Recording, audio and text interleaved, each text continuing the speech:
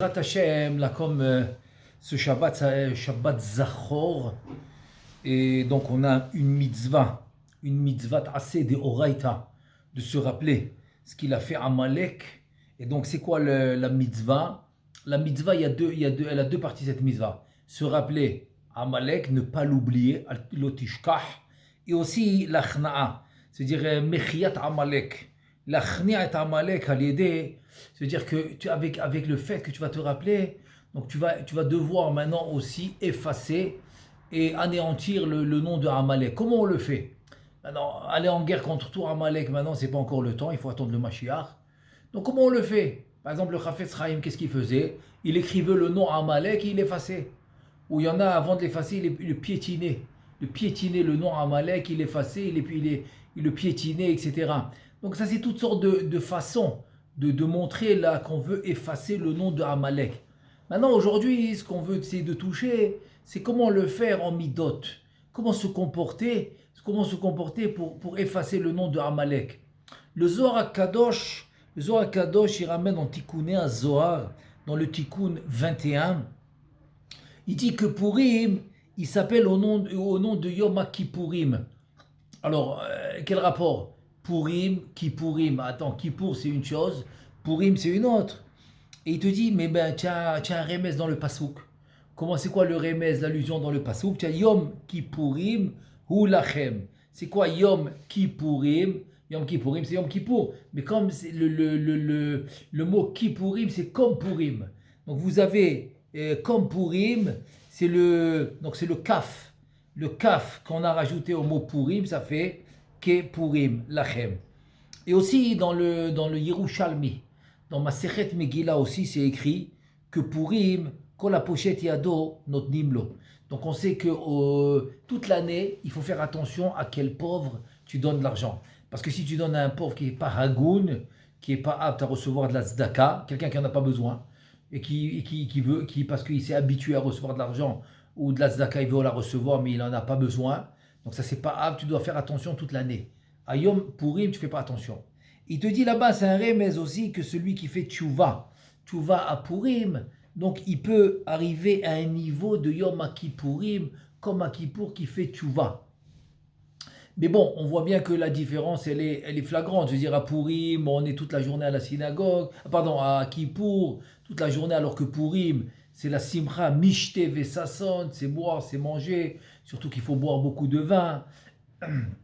Chas Shalom, je ne parle pas de me saouler, pas de se saouler, mais de boire de l'evasoume, chayav l'evasoume. Donc on ne peut pas boire un petit peu de vin, on doit bien boire le vin, sans arriver évidemment à des avéros de Oraïta Chas Shalom, ou se saouler Chas Shalom. Non, on parle d'arriver à un stade où il va reconnaître la divinité. Donc en fait, le point principal qu'on veut toucher aujourd'hui, c'est celui-là. Comment maintenant Yom Kippour ressemble à Yom Purim?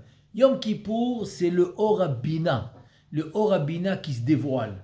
Et le Yerushalmi, qu'est-ce qu'il te dit? Il te dit, si tu fais tchouva à Purim, la tchouva, elle est acceptée. Et c'est où le Olam HaTchouva? Le Olam HaTchouva, c'est dans la Bina. Donc c'est exactement la même lumière. Donc tu vois qu'il y a la même lumière qui se dévoile à Purim comme à Kippourim, comme à Kippour. Avec la différence ici, c'est que tu vas le faire Bessimcha. C'est pour ça que la Torah a été acceptée. La Torah a été acceptée Bessimcha. Complètement Bessimcha, elle a été acceptée. Yom el bime adar kibloua Bessimcha beme Achashverosh. Au temps de Achashverosh, ils ont reçu la Torah Bessimcha. Et donc, puisque Purim, Adam Magia Leava Atsuma Lashem Idbarach, puisque Purim, maintenant, l'homme, il arrive à une ahava, un amour envers Akadosh Baruch Hu incroyable, ou Mikoarze mit orer orgadol, donc c'est ça la lumière. La lumière, c'est quand tu arrives à un amour incroyable envers Akadosh Baruch Hu. Alors on a pensé à se préparer. Comment se préparer à ce jour-là de Purim, où il y a une très grosse lumière qui va descendre, etc. Donc le point principal, c'est quoi on a dit? C'est de se rappeler et d'effacer le nom de Amalek. Maintenant, une des caractéristiques de Amalek, c'est quoi? C'est le Safek. On sait que le mot Safek, la Gematria, c'est la même Gematria que Amalek. Ça veut dire que l'homme qui vit dans le Safek il vit dans une certaine caractéristique de Amalek. C'est un certain prina, ça s'appelle prina. Caractéristique, c'est une prina. Donc c'est une certaine prina de Amalek quand il vit dans le Safek. Ah, comment je vais faire demain? Ah, comment je vais arriver à payer mes frais demain? Ah, comment je vais faire le marché? Ah, comment ça va se passer? Comme hier, je suis rentré pour acheter dans une mafia. Dans une mafia, je suis rentré. Et le caissier, il me dit, prie pour moi, ou tu as quelqu'un qui peut m'acheter une maison. Il était presque en train de pleurer. Je lui dis, mais qu'est-ce qu'il y a? Qu'est-ce qu'il y a? Tu habites dehors? Il me dit, non, j'habite en location.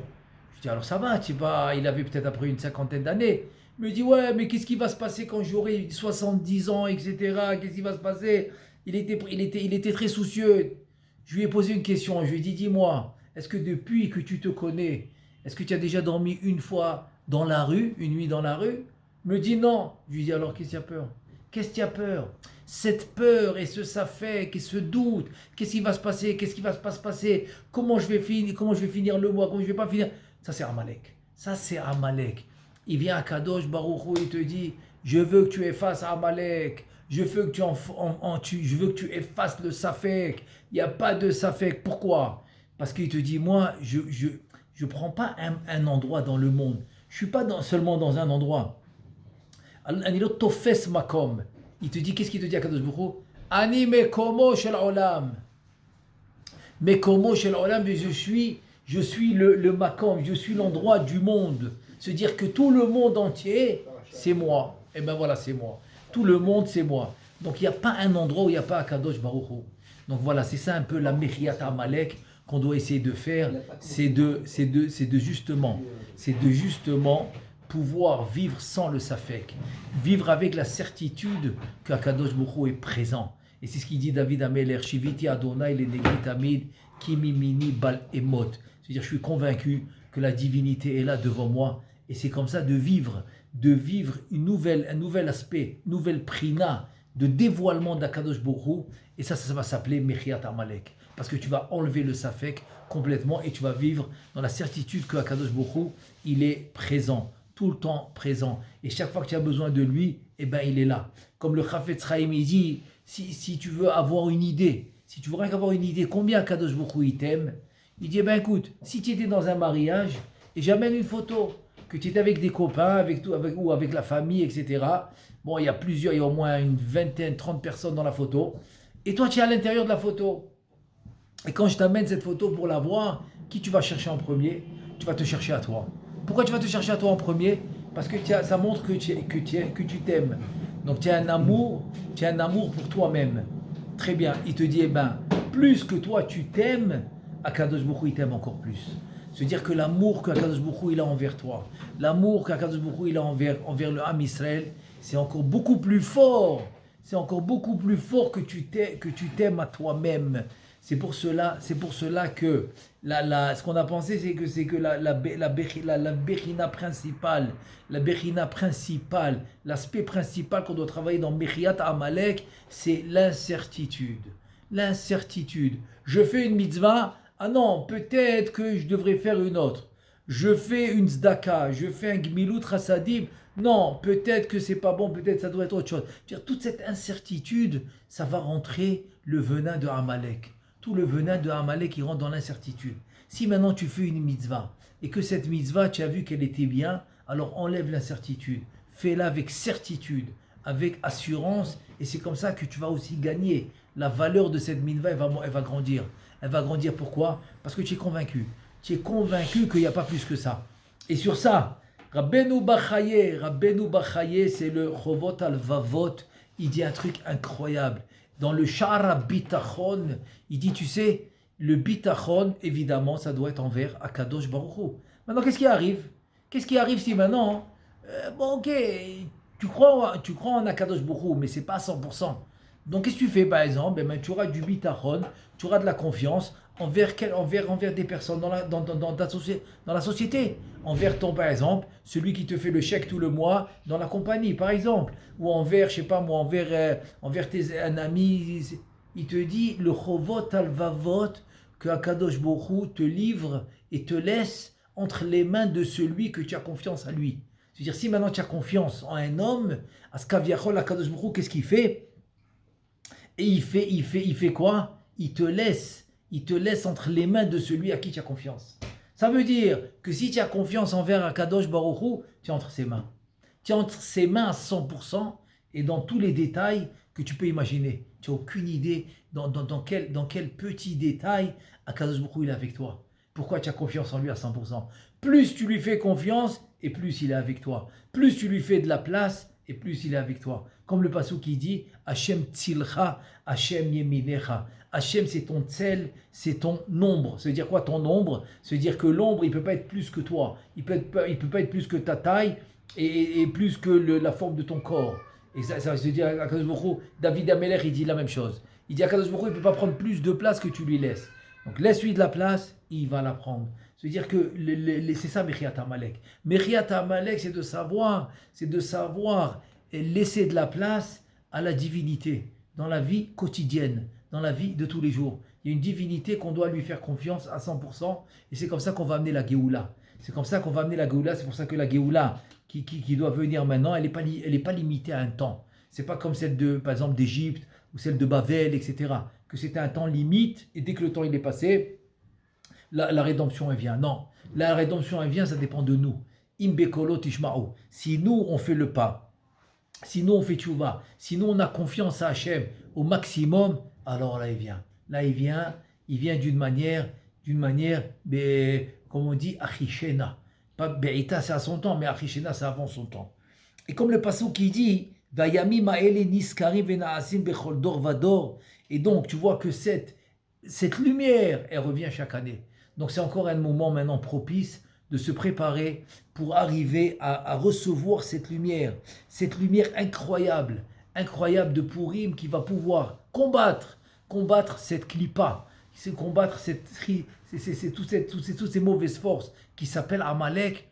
Et c'est comme ça que Akadosh Baruch Hu, il va Be'ezrat Hashem se dévoiler et qu'on puisse se réunir tous Be'ezrat Hashem dans la rédemption finale. Et pour finir, je veux rien qu'amener une histoire. Et je l'amène comme un machal, une très belle histoire que j'ai écoutée, qui s'est passée à peu près une 40 ans après la Shoah à peu près. C'est passé à peu près 40 ans après la Shoah.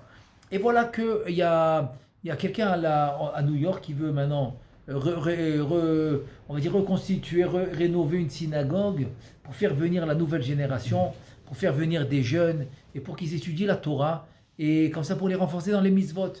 Et donc il trouve une synagogue qui lui convient, il commence les réparations, il commence à l'arranger et les bancs, les chaises, il vérifie le Echal, les Sefer Torah, que tout est en place et ça prend et il fixe une date d'inauguration de la synagogue